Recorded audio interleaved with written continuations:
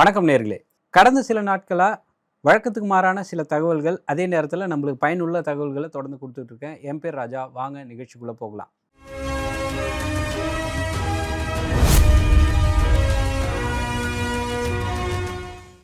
மனிதருடைய அறிவுக்கு எட்டாத ஒரு சில விஷயங்களை எப்போவுமே மனிதர்கள் ஒரு வியப்பாக பார்க்குறது ஒரு இயல்பான ஒரு விஷயந்தான். அந்த வகையில் உலகம் ஃபுல்லாக இப்போ பேசப்படுற ஒரு முக்கியமான தலைப்பு என்ன அப்படின்னா, யூஎஃப்ஓ அப்படின்னு சொல்லப்படுற ஆளில்லா விமானங்கள். அந்த யூஎஃப்ஓங்கிறது வேற்றுகிரகவாசிகளுடைய அது என்ன வகை விமானம்னே கண்டுபிடிக்க முடியாத ஒரு விமானங்கள் பறக்கிற ஏதோ ஒரு பொருளை தான் யூஎஃப்ஓ அப்படின்ற கேட்டகரியில் வைக்கிறாங்க. இது நம்ம ஊரில் ரொம்ப கம்மியாக இருந்தாலும் அமெரிக்காவில் இது சம்மந்தமான ஒரு பெரிய கிரேஸ் இருக்குது அப்படிங்கிறதுல மாற்று கருத்து கிடையாது. இந்த யூஎஃப்ஓ சம்மந்தமாக அமெரிக்க கவர்மெண்ட் வந்து ஒரு அதிகாரப்பூர்வமான ஒரு சில டாக்குமெண்ட்ஸை ரிலீஸ் பண்ணியிருக்காங்க. அதுதான் இப்போது உலகம் ஃபுல்லாக பேசப்படுற ஒரு முக்கியமான ஒரு தலைப்பாக இருக்குது. ஏற்கனவே சொன்னது மாதிரி மனிதர்களுக்கு பழக்கம் இல்லாத, இதுக்கு முன்னாடி பார்க்காத ஒரு சில வித்தியாசமான விமானங்கள், வேற்றுக்கிரகவாசிகள் இந்தியாவில் இல்லை உலகம் ஃபுல்லாக இருக்காங்களா அப்படிங்கிற சம்மந்தமான ஒரு தேடல் எல்லாருக்கும் இருந்துக்கிட்டே இருக்குது அப்படிங்கிறத நம்ம மறுக்கிறதுக்கு இல்லை.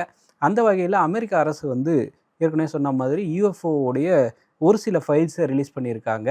1970 இந்த யூஎஃப்ஓ ஃபைல்ஸை அமெரிக்கன் கவர்மெண்ட் வந்து தொடர்ந்து ரிலீஸ் பண்ணுறது அப்படிங்கிறது ஒரு முக்கியமான ஒரு நிகழ்வாக இருக்குது. அது வெவ்வேறு காலகட்டங்களில் அதை சேகரித்து அதில் என்ன இருக்குது அப்படின்னு தேடி கண்டுபிடிக்கிறவங்களோட எண்ணிக்கை வழக்கத்தை விட அதிகமாக இருக்குது அப்படிங்கிறத நம்ம பார்க்கலாம்.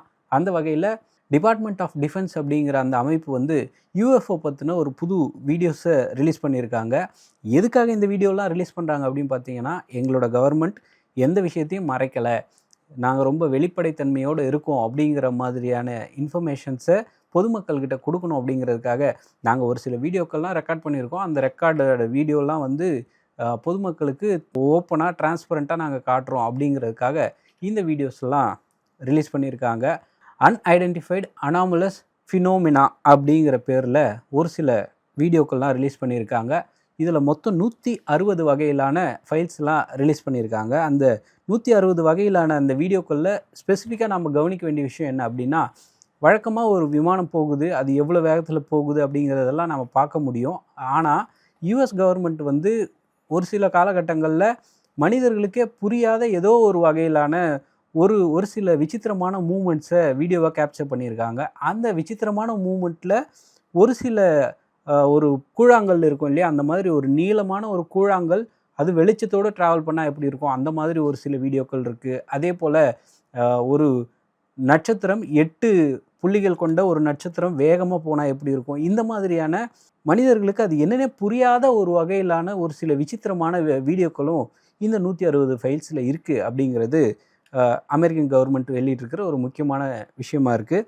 அதே போல் ஏலியன் டெக்னாலஜி இது எந்த வகையில் யூஸ் ஆகுது, இது உண்மையிலே ஏலியன் தானா, இது எதுவுமே கவர்மெண்ட் வந்து ஆமாம் இது ஏலியன் அப்படின்னு எங்கேயுமே சொல்லலை. அதை பொதுமக்களுடைய கணிப்புக்கே விட்டுடுறாங்க. இது என்ன வகையான டெக்னாலஜியாக இருக்கும், எங்ககிட்ட அதுக்கான பதில் இல்லை அப்படிங்கிற மாதிரி தான் அமெரிக்கன் கவர்மெண்ட் இதை வந்து பப்ளிக்காக எல்லோரும் முன்னாடி வெளியிட்டிருக்காங்க. அடுத்த தகவலாக வந்து உலகமே உத்து பார்த்துக்கிட்டு இருந்த இந்த ஈரான் அமெரிக்கா போரில் ஒரு குறிப்பிட்ட ஐலாண்டு மட்டும் ரொம்ப பெரிய கவனத்தை ஈர்த்தது அப்படின்னு சொல்லலாம். அது என்ன தீவு அப்படின்னா, கார்க் அப்படிங்கிற ஒரு தீவில் தான் ஈரானுடைய கச்சா எண்ணெய் வளங்களில் முக்கால்வாசி சொல்லப்போனால் 90% கச்சா எண்ணெய் இந்த கார்க் தீவில் இருந்து தான் எடுத்து எக்ஸ்போர்ட் பண்ணி அதிலிருந்து தான் காசு சம்பாதிக்கிறாங்க அப்படிங்கிற மாதிரி ஒரு சில தகவல்கள் கடந்த சில மாதங்களாக நம்ம பார்த்துருக்கோம். அந்த வகையில் இந்த கார்க் தீவு பக்கத்தில் ஒரு மிகப்பெரிய ஒரு அசம்பாவிதம் நடந்திருக்கு அப்படிங்கிற மாதிரி ஒரு சின்ன தகவல் வெளியாக இருக்குது. அது என்ன அப்படின்னு பார்த்தீங்கன்னா, எண்ணெய் கசிவு அப்படிங்கிறது உலகத்தில் எல்லா மூலைகள்லேயும் இந்த எண்ணெய் கசிவு அப்படிங்கிறது பரவலாக இருக்குது. அதனால் சுற்றுச்சூழல் எவ்வளோ பாதிப்பு ஏற்படுது அப்படிங்கிறதெல்லாம் நம்ம தொடர்ந்து பார்த்துக்கிட்டு இருக்கோம். சென்னை பக்கத்துலேயும் ஒரு 10 வருஷங்களுக்கு முன்னாடிலாம் வந்து ஒரு ஏதோ ஒரு கப்பலில் இருந்து கசிஞ்ச எண்ணெயா, இல்லை அது கசடா, இல்லை வேறு எதுவும் பொருளா, இல்லை கழிவுகளா அப்படிங்கிறதே தெரியாமல் அதை நம்மளுங்க ஜக்கில் மொண்டு ஊற்றுன அந்த கதைகள்லாம் நம்ம பார்த்துருக்கோம்.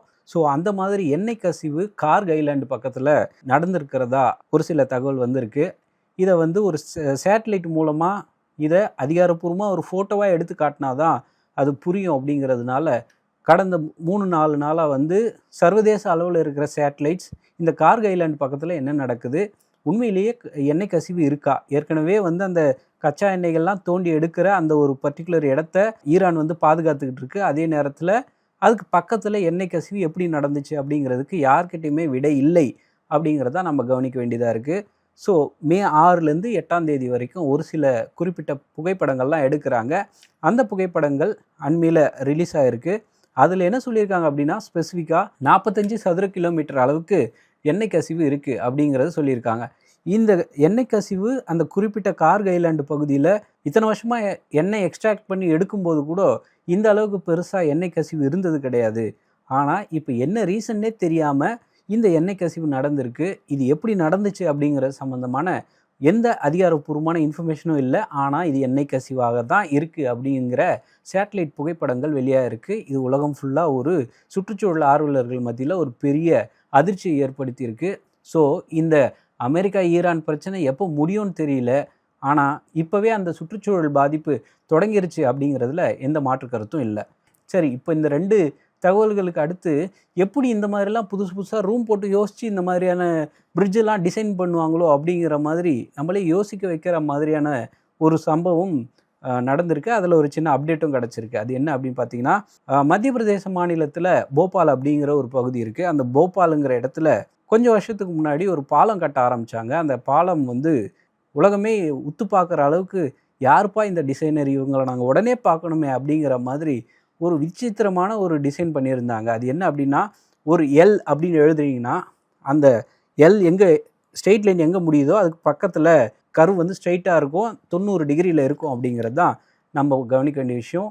இது நம்ம எல்லுன்னு எழுதுறதுக்கே இப்படி இருக்குது அப்படின்னும் போது ஒரு பாலத்தையே எல் மாதிரி கட்டி முடிச்சுட்டாங்க. சரி, இப்போ அந்த பாலத்தில் என்ன அப்டேட் அப்படின்னு பார்த்தீங்கன்னா, 18 கோடி ரூபாய் அளவுக்கு செலவு பண்ணி போன ஜூன் மாதத்தில் கட்டி முடிச்சிட்டாங்க.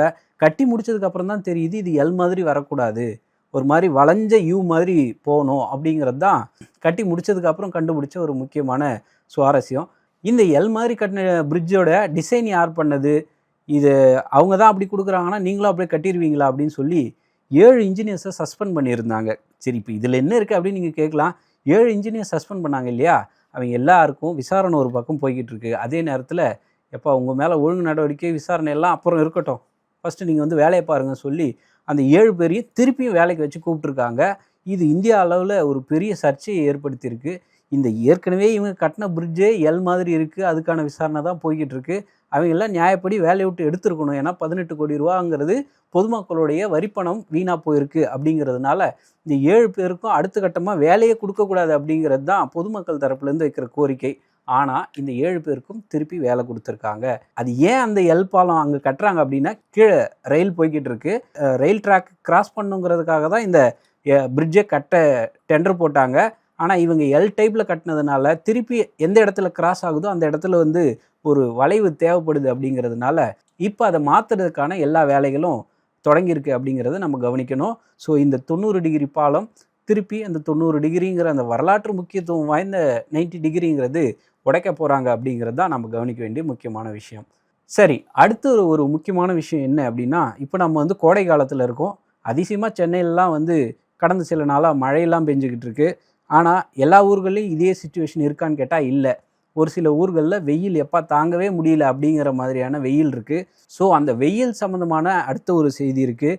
வெயிலில் அதிகமான ஏசி பயன்பாடு இருக்கும்போது திடீர்னு அது வெடிக்கிறதுக்கும் வாய்ப்பு இருக்குது அப்படிங்கிற மாதிரி ஒரு எச்சரிக்கையை எக்ஸ்பர்ட்ஸ் கொடுத்துருக்காங்க. அது என்ன அப்படின்னு பார்த்தீங்கன்னா, பொதுவாக ஏசி யூனிட்ஸ் எப்போல்லாம் வெடிக்கும் அப்படிங்கிறது மாதிரி ஒரு சில டெக்னிக்கலான விஷயங்கள் என்ன சொல்கிறாங்க அப்படின்னா, அந்த ஏசியால் அந்த எக்ஸ்ட்ரீமான வெயிலை தாங்கவே முடியல, அதே நேரத்தில் ஓவர் ஹீட்டிங் ஆகிடுச்சு, அந்த ஏசியோட யூனிட்டே ஹீட் ஆகிடுச்சு அப்படின்னா அது வெடிக்கிறதுக்கான வாய்ப்புகள் அதிகம் அப்படின்னு சொல்கிறாங்க. அதே போல் ரெஃப்ரிஜரண்ட் லீக்ஸ் அப்படின்னு சொல்லுவாங்க. இப்போ ஒரு ஏசி குழுன்னு இருக்குது அப்படின்னாலே அதுக்கு பின்னாடி ஏதோ ஒரு கெமிக்கல் ரியாக்ஷன் இருக்குது. அந்த கெமிக்கல் ரியாக்ஷன் வெளியே கசியாமல் அந்த வெளியில் இருக்கிற காற்று, சூடான காற்றை வாங்கி உள்ள சில்லுன்னு கொடுக்கறது தான் இந்த ரெஃப்ரிஜரண்ட்டோட வேலை. அந்த ரெஃப்ரிஜரண்ட் லீக் ஆச்சுனாலோ வெடிக்கிறதுக்கு வாய்ப்புகள் இருக்குது. அதே போல் ஒயரில் ஏதாவது சின்ன சின்ன ஃபால்ட் இருக்குது, அதாவது காஸ்ட்டை குறைக்கிறங்கிற பேரில் தரமில்லாத ஒயர்ஸை நீங்கள் அந்த ஏசிக்கு நீங்கள் யூஸ் பண்ணுறீங்க அப்படின்னாலுமே அது மூலமாக வெடிக்கிறதுக்கான வாய்ப்புகள் இருக்குது அப்படின்னு சொல்கிறாங்க. அதே போல் சர்வீசிங் அப்படிங்கிறது ரொம்ப தேவைப்படுற ஒரு முக்கியமான விஷயம். அதில் பர்டிகுலராக அவங்க சொல்கிறது என்ன அப்படின்னா, ஃபில்டர் ரொம்ப நாளாக நீங்கள் சேஞ்ச் பண்ணல அப்படின்னா கூட இந்த வாய்ப்பு இருக்குது. அதே போல் அது தீப்பிடிக்கிறதுக்கும் வாய்ப்பு இருக்குது அப்படின்னு சொல்லியிருக்காங்க. அதே போல் தொடர்ந்தும் கண்டினியூஸாக ஏசியை யூஸ் பண்ணக்கூடாது அப்படிங்கிறதும் எக்ஸ்பர்ட் சொல்கிற ஒரு முக்கியமான விஷயமா இருக்குது. ஸோ இந்த ரெகுலர் சர்வீஸிங், அப்புறம் வந்து சரியான வென்டிலேஷன், ஒரு ஏசியிலேருந்து வெளியில் போகிற அந்த காற்று வென்டிலேஷன் சரியாக இருக்கணும் அப்படிங்கிறதுனால இந்த முக்கியமான அம்சங்கள் இருந்தால் உங்கள் ஏசியை நீங்கள் பாதுகாத்துக்கலாம். ஸோ இந்த மாதிரியான இன்ட்ரெஸ்டிங்கான இன்ஃபர்மேஷன்ஸ் தொடர்ந்து கொடுத்துட்ருக்கேன். என் பேர் ராஜா. நன்றி, வணக்கம்.